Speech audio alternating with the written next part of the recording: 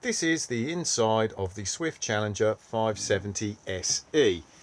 If I firstly move to the main control panel, I can turn the 12 volt on just here.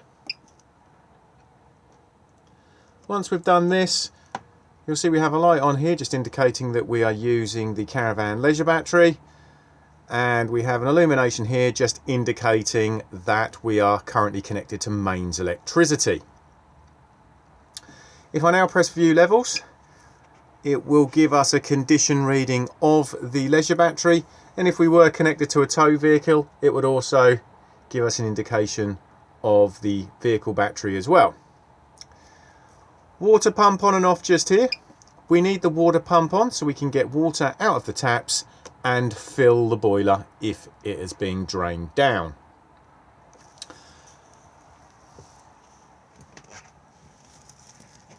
Next we have the control panel for the Aldi heating and hot water system. So to turn it on, just press here. And then on initial startup, it will let you know if you have main supply connected. It will give you an internal temperature of the caravan, and it will also give you the day and the time. If I now press menu, it will bring up the basic controls. So at the top here, we have the thermostat for the heating. It drops all the way down to 5 degrees for frost protection and then goes all the way up to 30 degrees. All you need to do is literally just press the plus and the minus, pick whatever temperature you'd like it to be inside the caravan.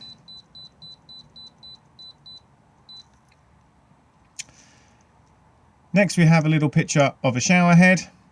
So this is for hot water.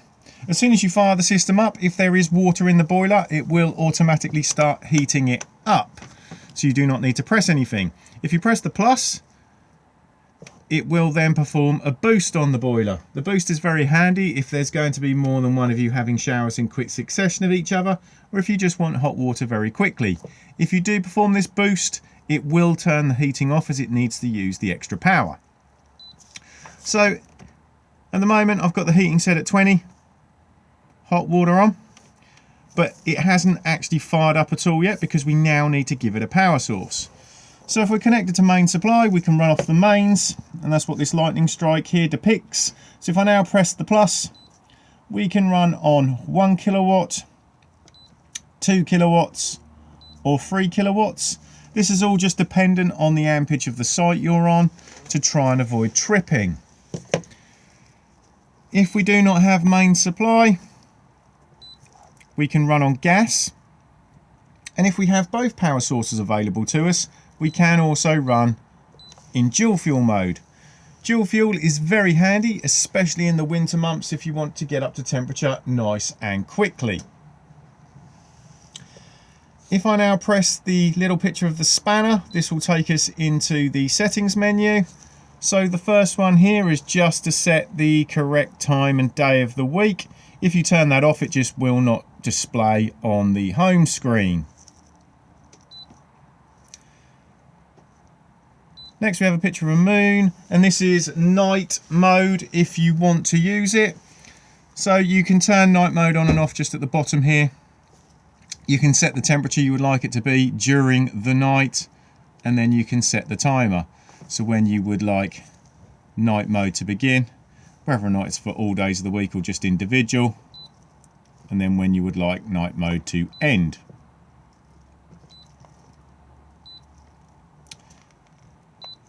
Next we just have the 24-hour day timer, and again on and off just down here, and again just set your timer all in here.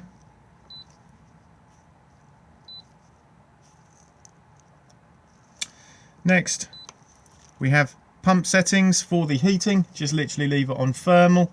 It does not need to be on continuous. Pump mode, just leave it in auto. And the pump level speed, again, this doesn't really need much alteration. It's usually done by the technicians in the workshop.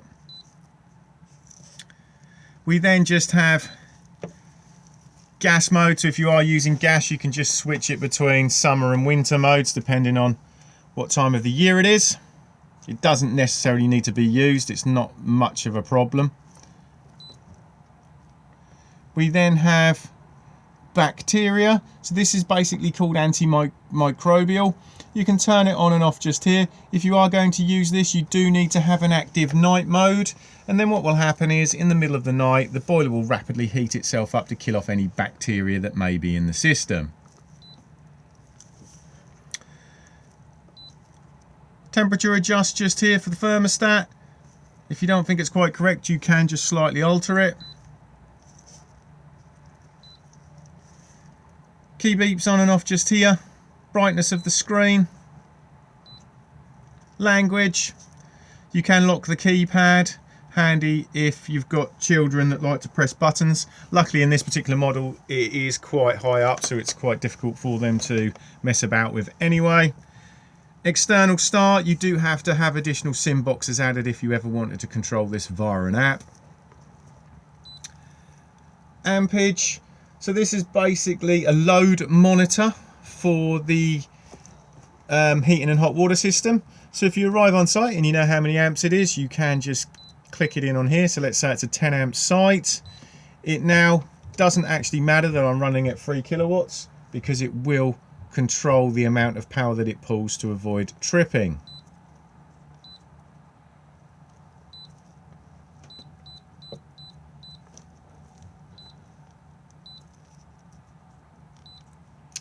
Service, more for the workshop, but it just lets you know anything that's activated, and it will give you the temperature of the water and the heating.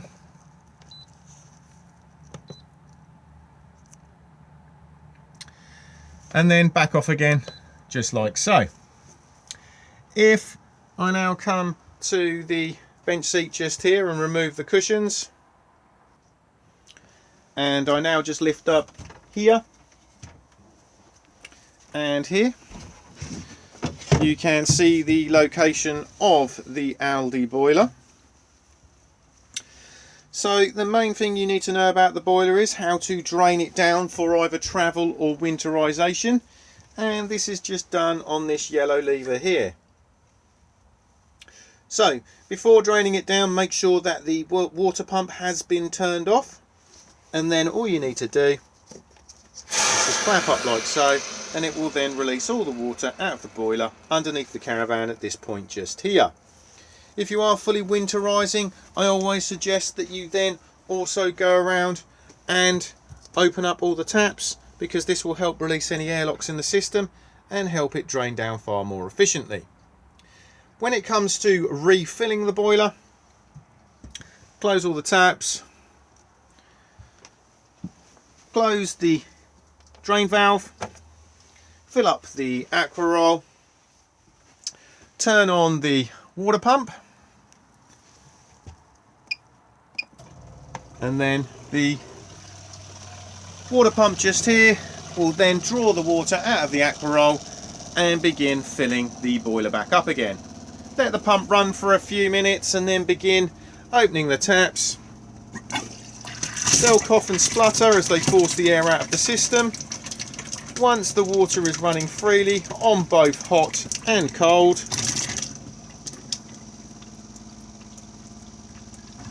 re-close, and then the system will fully reprime itself. If on the Aldi control panel you ever get an error that says red overheat or PCU overheat, there is nothing that you can do on the control panel to reset it and get rid of it. What you need to do is remove this panel just here, and then come to this multi-plug just here and remove it, leave it out for about 2 or 3 minutes and then re-plug it in, and then 9 times out of 10 the boiler has then reset itself and will be absolutely fine. If you've tried this 2 or 3 times and you're still getting the same error, there is something more sinister going on and you will need to contact your dealer. Also in here we have the back of the battery box just here. We've got the main 20 amp fuse just there off the battery. This is the inline fuse here for the Power Touch motor mover. And then we also have the consumer unit just here. And if I now just flap down this front, we can see it more clearly. So we have the main strip switches just here. So we've got the individual MCBs, the main RCD and test button just here. And they are all labelled up and correspond on this part of the sticker just here. So if there's anything not working on main supply, just check to see if you've tripped. Over this side here, we then have the 12-volt fuses, and again they're numbered up and correspond on this part of the sticker just here. So if anything is not working on 12-volt, just check to see if you've blown a fuse. We then have two isolator buttons just here for components that use mains electricity. So we have this amber one here, which is for the Aldi heating and hot water system on mains. If this is turned off, obviously you will not be able to heat the hot water of the caravan. This is more for maintenance than anything else, so quite frankly, the majority of the time it can be left alone. The green one is for the battery charger.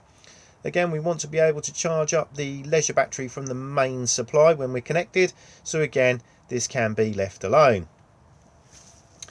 This one will illuminate if you have reverse polarity connected to the caravan. This can sometimes be found on some continental sites. These buttons here are mainly for the workshop, but if you press select, it will show you the condition of the vehicle battery if you were hitched up, and the condition of the leisure battery. Full system shutdown just here. So if you're not using the caravan for long periods of time, you can press this and it will kill any residual draw on the leisure battery. If you do this though, it will also shut down the solar panel on the roof as well.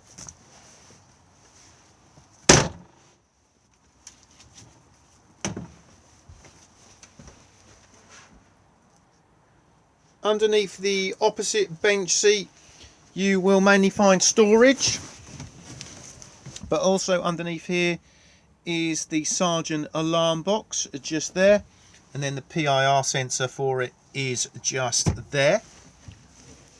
Tucked right at the very back, there is another bank of fuses. Again, they are all labelled up, and they're mainly for components on the outside of the caravan, like marker lights, etc.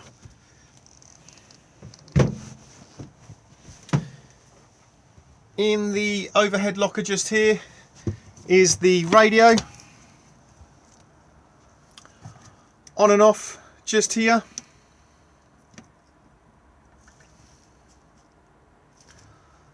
Volume control just here. Do make sure that you have put the aerial up on the outside of the caravan. The aerial is just sort of located roughly just about here. CD in here, eject on here, and it does have auxiliary as well.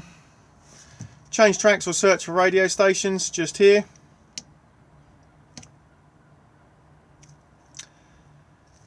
If you press the volume in, you can go in and then change bass, etc., treble. And then you have an easy graphic equalizer just down here as well. And then back off again just here. Just beside it is the solar panel regulator. You do not need to do anything with it. It will just smart charge the leisure battery as it's required. You'll see at the moment that the charge status is green, indicating that the leisure battery is fully charged. Whenever the solar panel is popping in a charge to the battery, this green light will change to red. And the flashing indicator just here is just indicating that UV light is hitting the panel.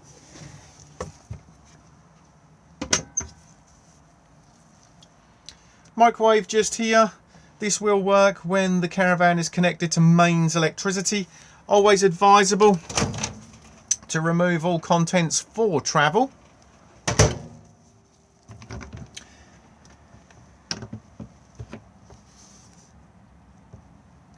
We literally have quick start just here and stop, and then we have all the defrost, auto, cook settings, etc.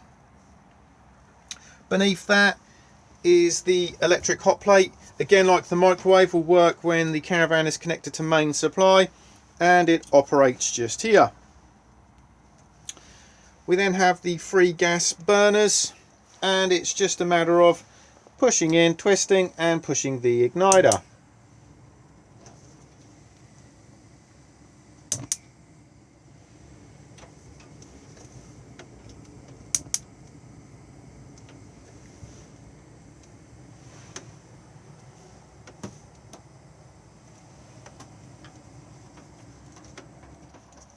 Beneath that is the grill.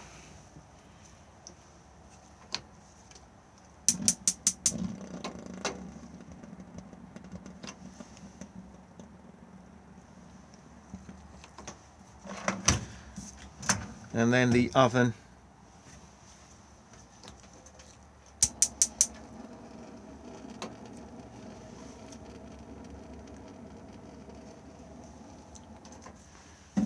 Beneath the oven you will find storage, which is ideal for pots and pans, but you'll also find a plug plugged in, which is for the electric hot plate.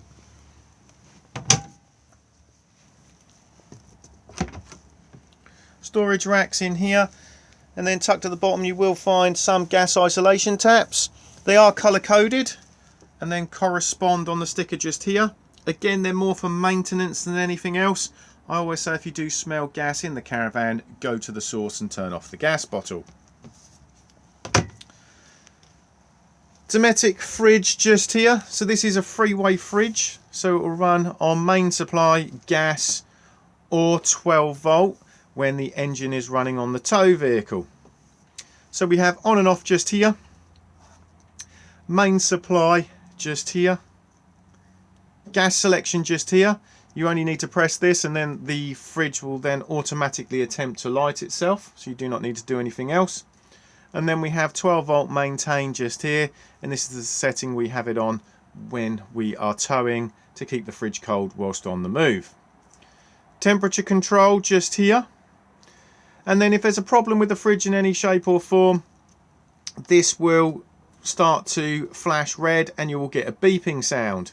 This also works as a reset if you are trying to light the fridge on gas, because sometimes they will not light the first time, especially if there's air in the system.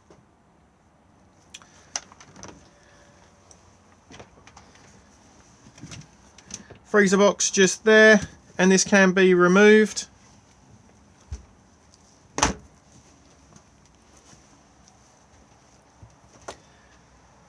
Omnivent fan just here. So to use this, firstly open the roof vent by winding,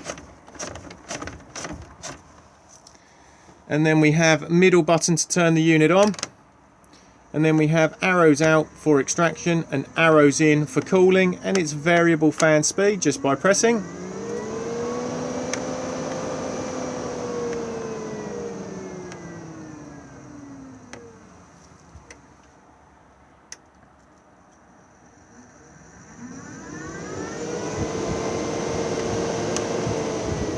Do make sure that all roof vents are closed for travel.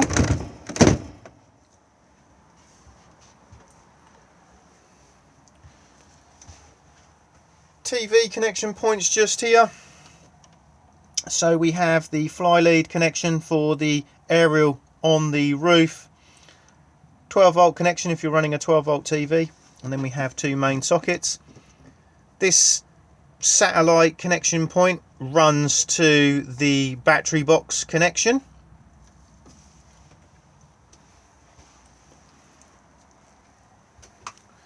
Wardrobe just here. Located in the wardrobe you will find the header tank for the Aldi heating system. All you need to do is just make sure that the fluid level is between the minimum and the maximum. Always take your reading once it is heated up, as it will expand in the tank. The majority of the time these will not need topping up, and if they do, it will be between services.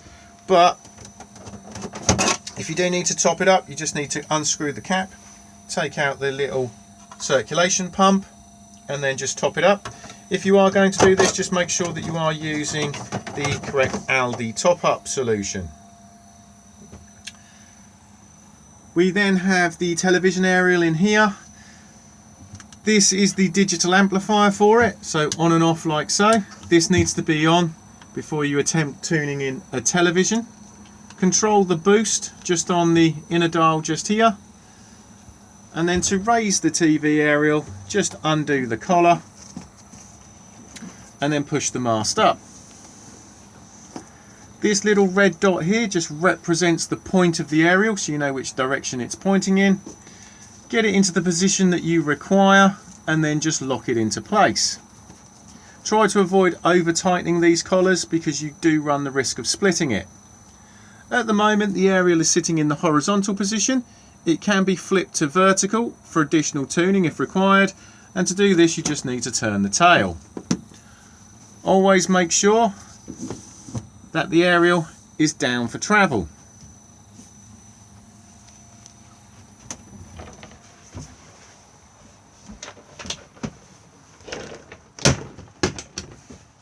We then have the fixed bed, and if I now lift up,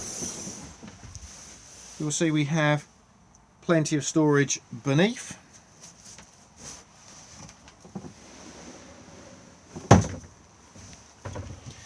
Freestanding table just here, and then if I move into the washroom, we have the heated towel rail just here.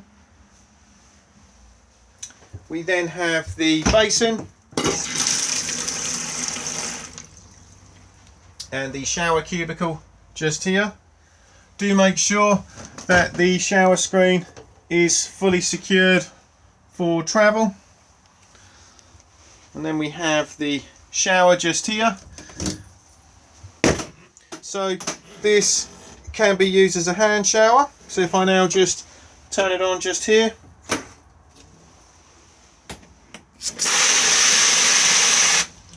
or alternatively you can literally just take the pressure off. You can rotate this section round. Bear with me, hold on, because it's quite difficult to do one-handed. So as you can see, I've now rotated that round like so. So now when I turn the shower on,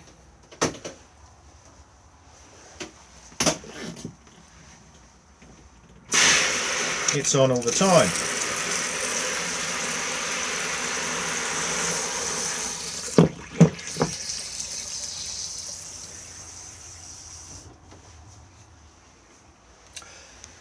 Thetford toilet just here.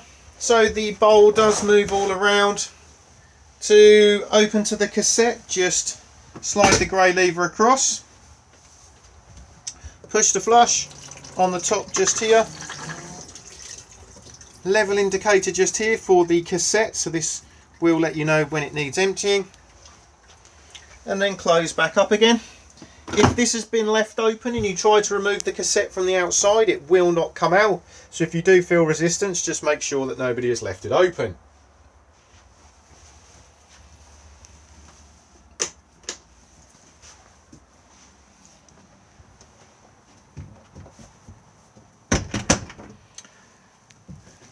To make the front double bed, it's very easy. It's just a matter of